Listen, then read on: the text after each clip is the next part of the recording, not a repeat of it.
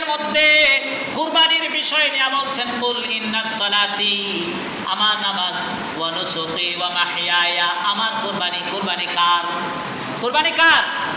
আর এই সূরাতুল হজের 37 নম্বর আয়াতের মধ্যে একই কথা বলছেন, আমি তোমাদের গোশত নেই না, তোমাদের কুরবানিকৃত পশুর রক্ত নেই না, আমি তোমাদের কাছ থেকে শুধু তোমাদের তাকওয়াটা নিয়ে নিচ্ছি। কি নেয়? তাকওয়া। এই তাকওয়াটাই কিয়ামতের কঠিন মুসিবতের দিনে আমি আল্লাহ রাব্বুল আলামিন তোমার নেকের পাল্লার মধ্যে তুলে দেব। তুমি যত বড় তাকওয়া দেখাইতে পারছ, কিয়ামতের দিন তোমার নেকির পাল্লাটাও তত ওজনের হবে। সুবহানাল্লাহ। আর যত দুর্বল তাকওয়া, যত দুর্বল নিয়ত করেছ, পশু যতই শক্তিশালী দাও না কেন, কোনো লাভ নাই। নিয়তের মধ্যে সমস্যা। কিসের মধ্যে সমস্যা?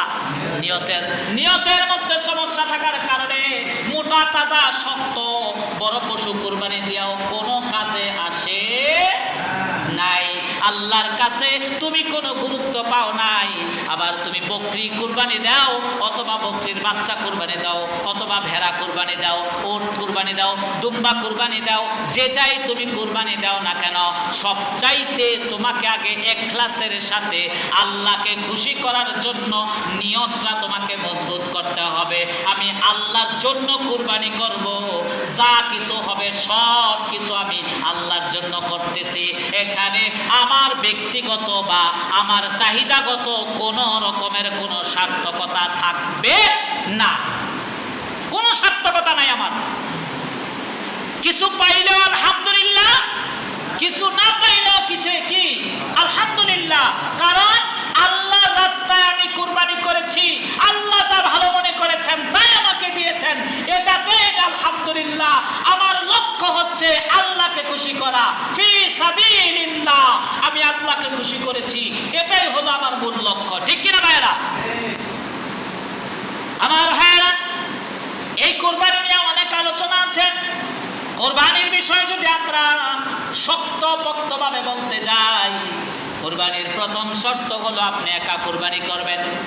যদি সমর্থ বলতে আমাদের সমাজে সমর্থর যে অজুহাত দেওয়া হচ্ছে, সমর্থ মানেটা কি? আপনি 15,000 টাকার তো মালিক, 15,000 টাকাও তো আপনি আছে, আপনি দলের সাথে যাইয়া 5 জনে 7 জনে কুরবানিতে যাইয়া আপনি 35,000 খরচ করছেন, অথচ 15,000 টাকা একটা একা ছাগল কিনো আপনি কুরবানি করতে পারতেন। আপনার বুঝের অভাব, আপনি বেশি বুঝতে চাচ্ছেন, আপনার দরকার বেশি গোশত, আপনার দরকার বেশি চাহিদা, এখানেই আপনি নিয়তের দিক থেকে পিছিয়ে যাচ্ছেন। ঠিক কিনা?